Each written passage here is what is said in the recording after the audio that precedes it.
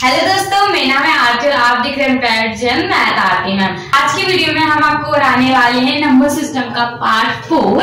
इससे पहले के पार्ट में मैंने आपको बताया था नंबर सिस्टम में रियल नंबर होते हैं और इमेजिनरी नंबर होते हैं। अब जहाँ तक आपको गिनती आती है वो सारे रियल नंबर होते हैं, 1 2 3 4 एंड मतलब वो नंबर जहाँ तक आप गिनती सोच सकते हैं, जितनी भी आप गिनती सोच सकते हैं वो रियल नंबर होते हैं। इमेजिनरी नंबर से मतलब होता है X Y A B C D, ये इमेजिनरी नंबर होता है। फिर मैंने आपको बताया था रियल नंबर में दो पार्ट्स होते हैं, परिमेय संख्याएं, इसे हिंदी में हम वास्तविक संख्याएं कहते हैं, ठीक है, वास्तविक संख्याएं कहते हैं।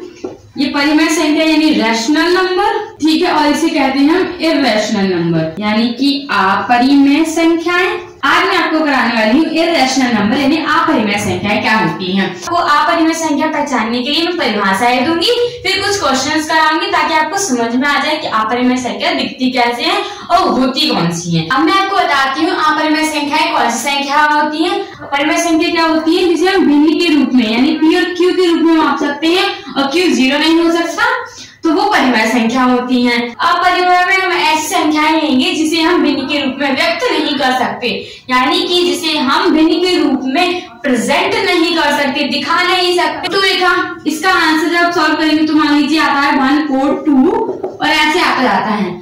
जब यहाँ पे नंबर्स आते जाएंगे तो आप इसे भिन्न में कैसे लिख पाएंगे, आप इसे भिन्न में नहीं लिख पाएंगे, इसीलिए √2 क्या होता है, अपरिमेय संख्याएं होती हैं। और मान लीजिए जैसे √4 है, √4 है तो इसका आंसर क्या है 2 है, और आप 2 को भिन्न में लिख सकते हैं। √4 को हम क्या भिन्न में लिख सकते हैं और √2 को हम भिन्न में नहीं लिख सकते हैं, इसीलिए अपरिमेय संख्याएं होती हैं।